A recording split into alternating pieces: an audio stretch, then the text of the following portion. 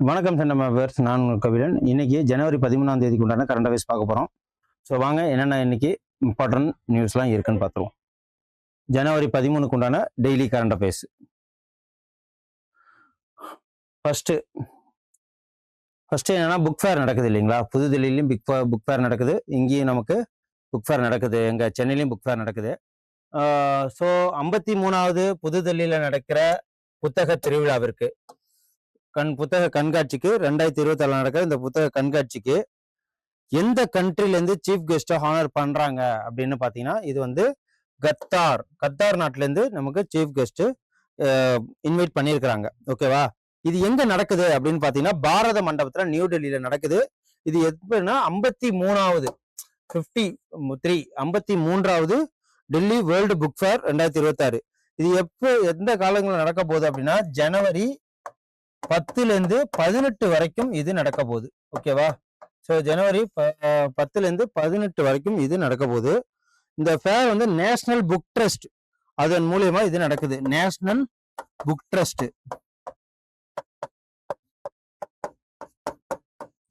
Book ட்ரஸ்ட்னு சொல்லுவாங்க, அதன் வழியில நடக்குது. இது எதுக்கு கீழே வருது அப்படின்னு பாத்தீங்கன்னா, இந்த book fair ministry of education கீழே இது வருது. ஓகே, இதெல்லாம் நமக்கு இம்பார்ட்டன்ட். மினிஸ்ட்ரி ஆஃப் எஜுகேஷன் எதுக்கு கீழே இருக்கு? கன்கரண்ட் லிஸ்ட்ல இருக்கு. ஓகே, ஸோ இதெல்லாம் சின்ன சின்ன விஷயங்கள்லாம் தெரிஞ்சுக்கணும். ஸோ ஐடிபிஓ கோ ஆர்கனைஸ் பண்ணியிருக்கு. இந்தியாவோட 3rd largest publishing country in the world, இதுதான் அது.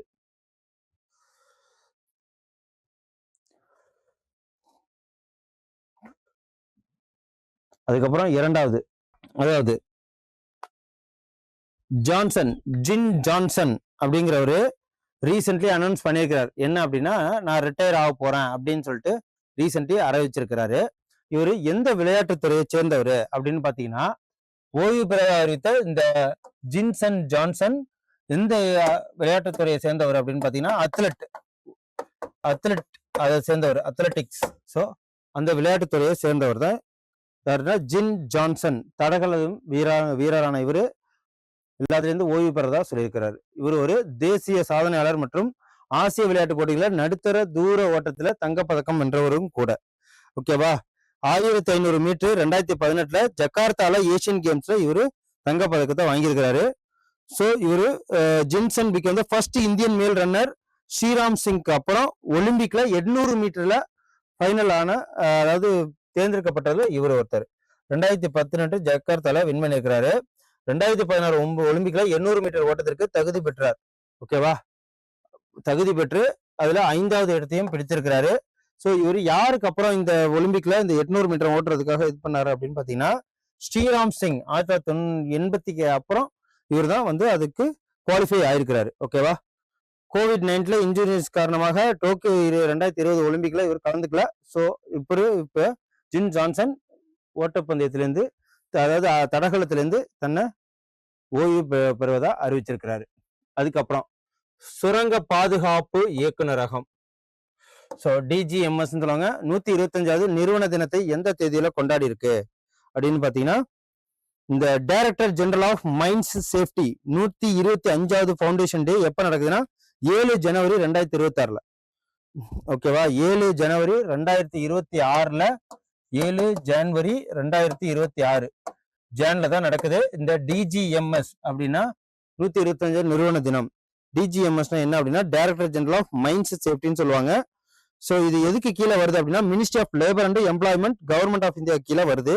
இது 1902ல இந்த மைன்ஸ் இன்ஸ்பெக்ஷன் பண்றத ஆரம்பிக்கப்பட்டது 1902ல. ஸோ அதுல இருந்து இப்போ ஆரம்பிக்கப்பட்டு 125 வருஷம் ஆயிடுது. ஸோ நிலக்கரி, உலோகம் மற்றும் எண்ணெய் சுரங்கங்கள்ல தொழிலாளர்களின் பாதுகாப்புக்காக சுகாதாரம் மற்றும் நலனை டிஜிஎம்எஸ் உறுதி செய்யறதா இத மெயின் நோக்கமே. இதை பார்த்துக்குங்க. அடுத்து ஆரளம் வனவிலங்கு சரணாலயத்தை ஆரளம் பட்டாம்பூச்சி சரணாலயம் என்று அதிகாரப்பூர்வ மறு பெயரிட்ட மாநில அரசு எது அப்படின்னு சொல்லிட்டு கேக்குறாங்க. ஆக்சுவலா இது எங்க இருக்கு அப்படின்னு பாத்தீங்கன்னா, இந்த ஆரளம் வைல்ட் லைஃப் சாங்சுரியா ஆரளம் பட்டர்ஃபிளை சாங்சுரியா மாத்துறாங்க. ஓகே, ஆரளம் பட்டர்ஃபிளை பட்டாம்பூச்சி பட்டர்ஃபிளை சாங்சுரிய ஆரளம் வனவிலங்கு சரணாலயத்தை எதுல இருந்து மாத்துறாங்க அப்படின்னு பாத்தீங்கன்னா, கேரளால தான் இருக்கு. ஸோ இதுதான் which state government has officially rename the Aralam wild life sanctuary to Aralam butterfly சாங்சுரியா மாத்துறாங்க. ஓகே, இது கேரளா இருக்கு. இது எதுக்கு கீழே உருவாக்கி இருக்கிறாங்க அப்படின்னா, இது வைல்ட் லைஃப் ப்ரொடெக்ஷன் ஆக்ட் 1972 படி இதை உருவாக்கி இருக்கிறாங்க. இது கேரளாவோட ஃபர்ஸ்ட் டெடிகேட்டட் பட்டர்ஃப்ளை சரணாலயம். இதுதான் கேரளாவில் ஃபர்ஸ்ட் டெடிகேட்டடா இதுக்குன்னு பட்டர்ஃப்ளைக்கு மட்டுமே உள்ள ஒரு சரணாலயம் இருக்கு அப்படின்னு சொல்லிட்டு பாத்தீங்கன்னா, அது இந்த ஆரளம் வைல்ட் லைஃப் சாங்சுரி தான். இதைதான் இப்போ பட்டர்ஃப்ளை சாங்சுரியா மாத்திருக்கிறாங்க. ஓகே, இது 166 அவுட் ஆஃப் 327 பட்டர்ஃப்ளைல இந்த கேரளால மட்டுமே 80% டைவர்சிட்டின்னு சொல்லுவாங்க, பரிணாமத்துவத்துல ரொம்ப வெவ்வேறான பட்டர்ஃப்ளை அங்க காணப்படுது அப்படின்னு சொல்றாங்க. ஸோ ஆரளம் பட்டாம்பூச்சி சரணாலயம் கேரளம் முதல் பிரத்யேக பட்டாம்பூச்சி சரணாலயம். ஸோ அது மட்டும் இல்லாம இந்த சரணாலயம் கண்ணூர் மாவட்டத்தில் அமைஞ்சிருக்கு. ஓகே, இந்த சரணாலயம் கண்ணூர் மாவட்டத்தில் அமைஞ்சிருக்கு. 327 பட்டாம்பூச்சி இனங்கள்ல 266 பட்டாம்பூச்சி இந்த ஆரளம் சரணாலயத்துல மட்டுமே காணப்படுது. ஓகே, அதனால இதுக்கு ஆரளம் பட்டர்ஃப்ளை சாங்சுரின்னு மாத்திருக்கிறாங்க.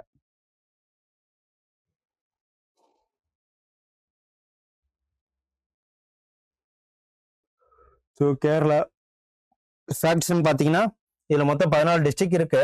ஓகேவா? ஸோ கேரளா வந்து முதல்வர் பினராயி விஜயன், கவர்னர் ராஜேந்திர ஆர்ல்கர், தலைநகரம் திருவனந்தபுரம் சொல்லுவாங்க, மிகப்பெரிய நகரம் கொச்சி தான். ஸோ உருவாக்கம் 1 நவம்பர் 1956. அதிகாரப்பூர்வ மொழி மலையாளம். ஸோ பாரம்பரிய நடனம் கதகளி மற்றும் மோகினி ஆட்டம். இதெல்லாம் நமக்கு சின்ன ஃபேக்ட்ஸ், இதையும் தெரிஞ்சுக்கங்க. மொத்தம் இதுல 14 டிஸ்ட்ரிக்ட்ஸ் இருக்கு. ஓகே, ரத்தபாணி புலிகள் காப்பகம் எந்த மாநிலத்துல அமைஞ்சிருக்கு? இந்த ரத்தபாணி டைகர் ரிசர்வ் எந்த மாநிலத்துல அமைஞ்சிருக்கு அப்படின்னு பாத்தீங்கன்னா, இது வந்து மத்திய பிரதேசத்துல அமைஞ்சிருக்கு. மத்திய பிரதேசத்துல. ஸோ ரத்தபாணி சரணாலயம் எங்கெங்கெல்லாம் அமைஞ்சிருக்கு அப்படின்னு சொல்லிட்டு பார்ப்போம். மத்திய பிரதேசத்துல. ஸோ இதுதான் அதோட மேப்பு. ஓகேவா? ஸோ இங்க பாருங்க, ரத்தபாணி சரணாலயம் அமைஞ்சிருக்கா? ஸோ போபால் பக்கத்துல இருக்கு ரத்தபாணி சரணாலயம், இது இங்க அமைஞ்சிருக்கு. வேற என்னென்னலாம் சரணாலயங்கள் இங்க அமைஞ்சிருக்குன்னு பாத்தீங்கன்னா, மேல்காட், இந்த ரத்தபாணி சரணாலயம் அப்படிங்கிறது டைகர் ரிசர்வ் எப்ப ரீநேம் ஆயிருக்குன்னா, பத்மஸ்ரீ அவார்டு டாக்டர் விஷ்ணு ஸ்ரீதர் வக்கானர் அவர் பேர்ல ரீநேம் பண்ணியிருக்கிறாங்க. இந்த 1971 டைகர் ப்ராஜெக்ட் அப்புறம் இந்த வனவிலங்கு சரணாலயம் ஆயிருக்கு. ஓகேவா? இது வந்து 1271 ஸ்கொயர் கிலோமீட்டர் கொண்டது. இந்த ஹில்ஸ், பிளாட்டியூஸ், வேல்யூஸ், பிளைன்ஸ் இது எல்லாமே உள்ளடக்கிய ஒரு இதுதான் ரத்தபாணி புலிகள் காப்பகம். ஓகேவா? Tiger reserve. வேற என்னென்னலாம் இருக்கு அப்படின்னா, சாத்பூரா, கண்ணா, பெண்ணு, அதுக்கப்புறம் வந்து நோர்தஹி, பன்னா சரணாலயம், சஞ்சய் காசிதாஸ், ஸோ அச்சன் பெஞ்சு, ஸோ நெவேகன், இதெல்லாம் வந்து டைகர் ரிசர்வ். ஓகேவா? ஸோ ரத்தபாணி புலிகள் காப்பகம் மத்திய பிரதேசத்துல இருக்கு. சௌகர் மாவட்டங்கள் விந்திய மலைத்தொடர்கள்ல இது அமைஞ்சிருக்கு.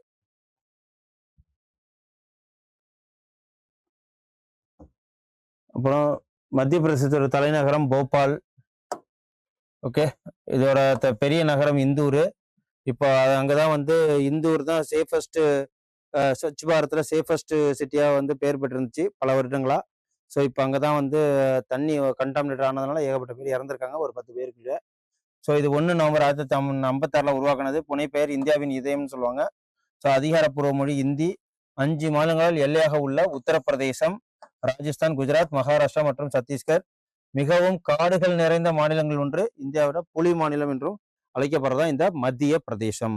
ஸோ மத்திய பிரதேசத்துல வேற என்னென்னலாம் டைகர் இருக்கு அப்படின்னு பாத்தீங்கன்னா, கண்ணா டைகர் ரிசர்வ், அப்புறம் பந்துவா tiger reserve, Pench tiger reserve, Satpura tiger reserve, இது எல்லாமே இங்க இருக்கு. அதுக்கப்புறம் பன்னா டைகர் ரிசர்வ். அடுத்த question, national IED data management system.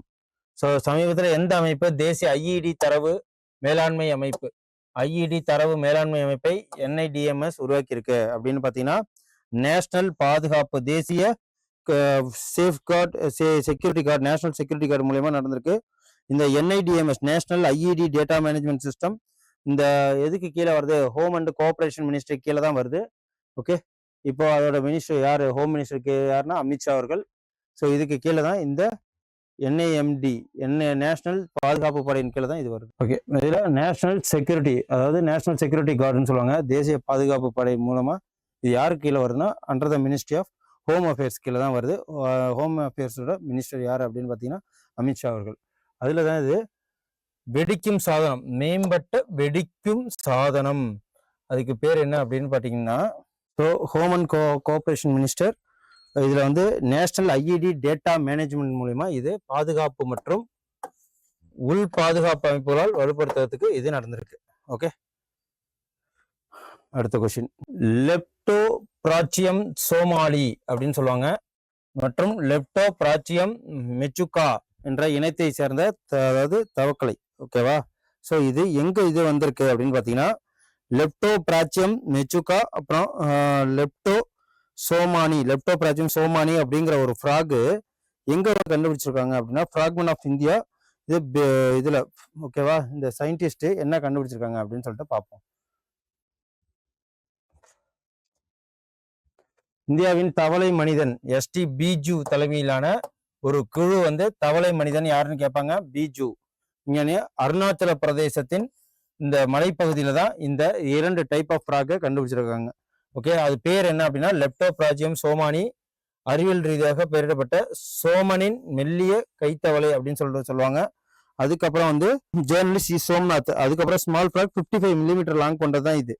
Okay, இது வந்து எவர்கிரீன் ஃபாரஸ்ட்ல தான் வாழும். ஸோ இதை நோட் பண்ணி வச்சுங்க சயின்ஸ் அண்ட் டெக் நியூஸ்ல. அதுவும் இல்லாமல் என்வரான்மெண்டல் நியூஸ்ல கேட்க நிறைய வாய்ப்பு இருக்கு. அப்புறம் இந்தியா முழுவதும் டிஜிட்டல் படைப்பாளிகளை மேம்படுத்துவதற்காக படைப்பாளிகளின் மூளை தளத்தை எந்த நிறுவனம் தொடங்கி இருக்கு அப்படின்னு பாத்தீங்கன்னா பிரசார் பாரதின்னு சொல்லுவாங்க. கிரியேட்டர்ஸ் கார்னர் பிளாட்ஃபார்ம்னு சொல்லுவாங்க. இத கிரியேட்டர்ஸ் கார்னர் பிளாட்ஃபார்ம்னு சொல்லுவாங்க. இந்த கிரியேட்டர்ஸ் கார்னர் பிளாட்ஃபார்ம் தான் பிரசார் பாரதி அப்படிங்கிற ஒரு பிளாட்ஃபார்ம் மூலியமா இன்ஸ்டிடியூஷன் மூலம் வெளில வருது. ஸோ இது DD நியூஸ். இது எதுக்காக அப்படின்னா எம்பவர் டிஜிட்டல் கிரியேட்டர்ஸை அவங்கள முன்னுக்கு கொண்டு வரணும் அப்படிங்கிறதான். ஓகே, இப்போ யூடியூபு, இன்ஸ்டாகிராமு, ஸ்னாப்சாட் மூலயமா நிறைய இன்ஃப்ளூயன்சர்ஸ்லாம் வந்திருக்காங்களே அவங்களுக்காக இது ஒரு தேசிய தொலைக்காட்சி வலைதள அமைப்பால் டிஜிட்டல் படைப்பாளர்களை உருவாக்கப்பட்ட உள்ளடக்கத்தை காட்சிப்படுத்துறது தான் இதோட மெயின் இதுவே. இதுல என்னென்னலாம் போடுவாங்க அப்படின்னா கல்ச்சரை பத்தி, டிராவல் பத்தி, ஆர்ட், லிட்ரேச்சர், மியூசிக், ஹெல்த், எஜுகேஷனை பத்தி, சயின்ஸ் அண்ட் டெக்னாலஜி பத்தி. ஸோ இதெல்லாம் வந்து இந்த யூடியூபர்ஸ்லாம் பண்ணுவாங்க இல்லையா, அதெல்லாம் வந்து அவங்கள்ட்டேருந்து ஒரு அமௌண்ட் பணம் கொடுத்து அதை வாங்கி இந்த டிஜிட்டல் கிரியேட்டர்ஸை இந்த DD இது சேனல்ல வந்து ஒளிபரப்புவாங்க. அதுக்கப்புறம் மாவட்டம் தலைமையான ஜவுளி மாற்றம் முயற்சியை எந்த அமைச்சகம் தொடங்கி இருக்கு அப்படின்னு பாத்தீங்கன்னா இது ministry of textiles. District led textile transformation initiative கொண்டு வரது மினிஸ்ட்ரி ஆஃப் டெக்ஸ்டைல்ஸ், அதுதான் கொண்டு வருது ஜவுளி அமைச்சகம். இது எங்க அப்படின்னா கவுஹாத்தில நடந்திருக்கு, அஸ்ஸாம் கவுஹாத்தில. இந்த ministry of textile district led textile transformation Guwahati அஸ்ஸாம்ல நடந்திருக்கு. ஸோ இதோட குளோபல் எக்ஸ்போர்ட்டை இன்க்ரீஸ் பண்றதுக்கும் 100க்கும் மேற்பட்ட ஹை பொட்டன்ஷியல் கொண்ட நம்மளோட டெக்ஸ்டைல் விஷயத்த இது வந்து மேம்படுத்துறதுக்காகவும் இந்த மாநாடு நடந்திருக்கு. ஓகே, இதுல என்னென்னலாம் 100 உயர்திறன் கொண்ட மாவட்டங்களை உலகளாவே ஏற்றுமதிக்கும், 10 லட்சம் மாவட்டங்களை சுயசார்பு ஜவுளி மையங்களா மாற்றுறதுக்கும், ஏற்றுமதி செயல்திறனை கொண்டதுக்கும், அப்புறம் ஸ்மால் ஸ்கேல் இண்டஸ்ட்ரி, ஸோ இவங்களெல்லாம் வந்து தன்னிறைவு அடையிறதுக்கும் இதை இந்த அமைப்பை உருவாக்குறாங்க.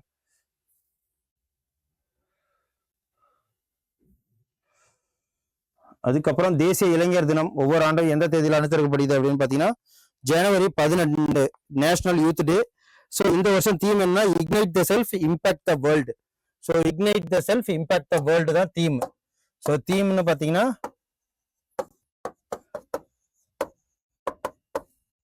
Ignite the self impact the world, impact the world. So இது நோட் பண்ணிக்கங்க, ஜனவரி 12 நேஷனல் யூத் டே. அதுக்கப்புறம் ஜனவரி 2020 முப்படை வீரர்கள் தின அணிவகுப்புல 5வது பதிப்பை நடத்திய நகரம் எது அப்படின்னு சொல்லிட்டு கேட்குறாங்க. இது வந்து மும்பை.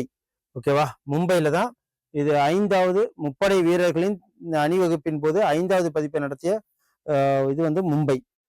ஓகே, இதுல இந்தியாவில் ஆண்டுதோறும் ஜனவரி 14ஆம் தேதி படை வீரர் தினம் கொண்டாடப்படுது. வீர தீர விருது பெற்றவர்கள் மற்றும் 80 வயது வீரர்கள் உட்பட 500க்கும் மேற்பட்டவர்கள் இந்த இதுல கலந்துப்பாங்க. ஸோ இது flag off vice admiral Krishna Swaminathan, flag officer commanding in chief western naval commander இதுல கலந்துக்கிறாங்க. ஸோ எந்த ஒரு ரெண்டு போஸ்டல் சர்வீஸ் அனௌன்ஸ் பண்ணியிருக்காங்க யூனியன் மினிஸ்டர் ஜோதிந்திர சிந்தியா. எந்த டைம் பவுண்ட் டெலிவரி பண்ணியிருக்கிறதுக்கு அப்படின்னு பார்த்தீங்கன்னா ஸ்பீட் போஸ்ட் 24, ஸ்பீட் போஸ்ட் 48 மணி நேரம் அப்படிங்கிற 2 டைம் பவுண்ட்ல ஜோதிரா சிந்தியா இந்த போஸ்டல் சர்வீஸை அறிமுகப்படுத்திருக்கிறாரு. ஸோ எங்க அப்படின்னா ஸ்பீட் போஸ்ட் 24 மணி நேரத்துலையும் இன்னொரு ஸ்பீட் போஸ்ட் 48 மணி நேரத்துலையும் போய் சேர்ற மாதிரி. ஓகேவா? டைம் பவுண்ட்ல ரிலையபிள் அண்ட் டெக்னாலஜி மூலயமா இந்த போஸ்ட் டெலிவரி நல்லா ஃபாஸ்ட் அண்ட் டிரைவனா நடக்கணும் அப்படிங்கிறதுக்காக. So speed post 24, speed post 48. இது மத்திய பிரதேச மாவட்டம் சிவபுரி மாவட்டத்துல இதை வந்து அறிவிச்சிருக்கிறாரு. ஸோ பார்த்துப்போம். அதுக்கப்புறம் 9th அபெக்ஸ் லெவல் மீட்டிங்ல நார்கோ கோஆர்டினேஷன் சென்டர் விஜயன் பவன்ல நடக்குது. அதுல யார் வந்து தலைமையேற்று நடத்துறாங்க, அதாவது நான் என்காட் 9வது உயர்மட்ட கூட்டத்திற்கு யார் தலைமையில நடந்திருக்கு அப்படின்னு பாத்தீங்கன்னா அமித்ஷா தலைமையில நடந்திருக்கு. ஸோ புதுதில்லியின் விஞ்ஞான பவன் நடைபெற்ற 9வது உயர்மட்ட என்காட் கூட்டத்திற்கு மத்திய உள்துறை அமைச்சர் அமித்ஷா இதுல தலைவராக பங்கேற்றிருக்காரு. இந்த இதுல போதைப் பொருள் அச்சுறுத்தல் தடுக்கிறதுக்கும் சட்டம் ஒழுங்கு பிரச்சனைய போக்குறதுக்கும் இதெல்லாம் வந்து முன்னுரிமை கொடுத்திருக்காங்க. அது மட்டும் இல்லாம 2029 வரை விரிவான போதைப் பொருள் எதிர்ப்பு செயல் திட்டத்தையும் கொண்டு வரதுக்கு இதுல பிளான் பண்ணியிருக்காங்க. Anti drugs road map. அதுக்கப்புறம் 3 வருஷம் கேம்பெயின் 31 மார்ச் 2026 3 மாசம் வரைக்கும் இதுல நினைச்சு கேம்பெயின் பண்ண போறாங்க. போதைப் பொருளுக்கு எதிரான 3 ஆண்டு நாடு தழுவிய பிரச்சாரம் அப்படின்னு சொல்லிட்டு இந்த தலைப்புல. அதுக்கப்புறம் ஐஐடி மெட்ராஸ் சமீபத்தில் அறிமுகப்படுத்திய பரம் சக்தி அப்படிங்கிற எதனோட தொடர்பு பரம் சக்தி. ஓகேவா? ஐஐடி மெட்ராஸ் வெளியிட்டு இருக்கு பரம் சக்தி. இது வந்து ஒரு சூப்பர் கம்ப்யூட்டிங் சிஸ்டம் 3.1 பெட்ஃபிளாப் கெப்பாசிட்டியே உள்ளது. ஓகேவா? இது ஒரு சூப்பர் கம்ப்யூட்டர் சிஸ்டத்தை கொண்டது. இதுதான் பெட்ஃபிளாப்ஸ் 3.1 பெட்ஃபிளாப்ஸ் திறன் கொண்ட சூப்பர் கம்ப்யூட்டர் அமைப்பு தான் இந்த பரம் சக்தி. ஸோ இந்த பரம் சக்திங்கிற மூல மென்பொருள் பயன்படுத்துவதற்கு யூஸ் பண்றதாங்க சாஃப்ட்வேருக்கு மென்பொருளாகவும் பயன்படுத்துறாங்க. தன்னம்பிக்கை டிஜிட்டல் உள்கட்டமைப்பிற்காக உந்துதலையும் அதை ஆதரிக்குது. ஓகேவா? Supporting India push self reliant digital transfer இருக்கும். ஸோ இது எதுக்கு கீழே வருதுன்னா மெய்டிக்கு கீழே அந்த department of science and technology கீழே இதை உருவாக்கி இருக்காங்க. அப்புறம் சர்வதேச நீதிமன்றத்தால் விசாரிக்கப்படும் ரோஹிங்கியா முஸ்லிம்களுக்கு எதிரான இனப்படுகொலை தொடர்பான வழக்கு எந்த நாட்டால் தாக்கல் செய்யப்பட்டிருக்கு அப்படின்னு பாத்தீங்கன்னா இது வந்து காம்பியா. ஓகேவா? காம்பியா நாட்டின் மூலியமாக இந்த ரோஹிங்கியா முஸ்லிம்ங்கிறவங்க மியான்மர்ல இருக்காங்க. ஸோ இவங்களுக்கு இன்டர்நேஷனல் கோர்ட் ஆஃப் ஜஸ்டிஸ்ல ஒரு கேஸ் ஃபைல் பண்ணியிருக்காங்க ரோஹிங்கியா முஸ்லிம்காக. எந்த நாடு அப்படின்னா காம்பியா. ஸோ இதான் மியான்மர் ரோஹிங்கியா முஸ்லிம்களுக்கு எதிராக இனப்படுகொலை செய்ததா என்பதை தீர்மானிக்க சர்வதேச விசாரணையை தொடங்கி இருக்கு. யாரோட இதுனா காம்பியாவோட. 2017ஆம் ஆண்டு ராணுவ ஒடுக்குமுறையை தொடர்ந்து இதுல லட்சக்கணக்கான ரோஹிங்கியா முஸ்லிமா நாடு கடத்தினாங்க, கொன்னாங்க. ஸோ இதுல மியான்மர்ல நடந்த விஷயம். ஸோ 1948 இனப்படுகொலை மாநாட்டுக்கு காம்பியா வந்து இந்த வழக்கை மேற்கொண்டிருக்காங்க. Okay, international court of justice மூலியமா. ஸோ பட் லாஸ்ட் கொஸ்டின், 2026 இஸ்ரோவால் ஏவப்பட்ட PSLV C-62 மிஷன் தோல்வி அடைஞ்சிருச்சு. எந்த முதன்மை பேலோட ஏற்றி சென்றது அப்படின்னு சொல்லிட்டு கேட்குறாங்க. இது வந்து எர்த் அப்சர்வேஷன் சேட்டலைட் EOS-N1 அப்படிங்கிற ஒரு பேலோடு. இது எதுக்காக உள்ளது அப்படின்னா ஆர்மிக்கு யூஸ் ஆகிற மாதிரியும் நாட்டுக்கு கம்யூனிகேஷன் யூஸ் ஆகிற மாதிரியும் எடுத்துட்டு போனாங்க. இது எகைன் திருப்பி ஃபெயிலியர் ஆயிடுச்சு. ஸோ 2026 ஆண்டின் இந்தியாவின் முதல் விண்வெளி பயணமான PLV C-62 எங்கே அந்த ஸ்ரீஹரிகோட்டாவின் சதீஷ் தவான் விண்வெளி நிலையத்திலிருந்து இது புறப்பட்டது. இந்த ராக்கெட்டு பூமி கண்காணிப்பு செயற்கைக்கோள் மற்றும் செயற்கைக்கோளுடன் சுமந்து 14வது அதாவது 3வது ஸ்டேஜ் தாண்டறதுக்குள்ளே இது ஃபெயிலியர் ஆயிடுச்சு.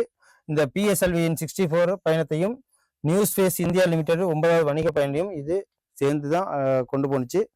இப்போ இதோட தலைவர் இப்போதைக்கு இஸ்ரோட தலைவர் யார் இருக்காங்கன்னா V. நாராயணன். 3ஆம் கட்டத்தின் PS3 முறையில் ஒரு இடையூறு ஏற்பட்டதா சொல்லியிருக்கிறாங்க. ஸோ இது ஃபெயிலியர். ஸோ அவ்வளோதான் இன்னைக்கு உண்டான கரண்ட் அஃபேர்ஸ். உங்களுக்கு ரொம்ப யூஸ்ஃபுல்லாக இருக்கும்னு நினைக்கிறேன். கிட்டத்தட்ட 15 கொஸ்டின்ஸ் வந்து நான் இதில் கவர் பண்ணியிருக்கேன். ஸோ நாளைக்கு ஒரு இம்பார்ட்டன்ட் கரண்ட் அஃபேர்ஸில் உங்களை வந்து சந்திக்கிறேன். நன்றி, வணக்கம்.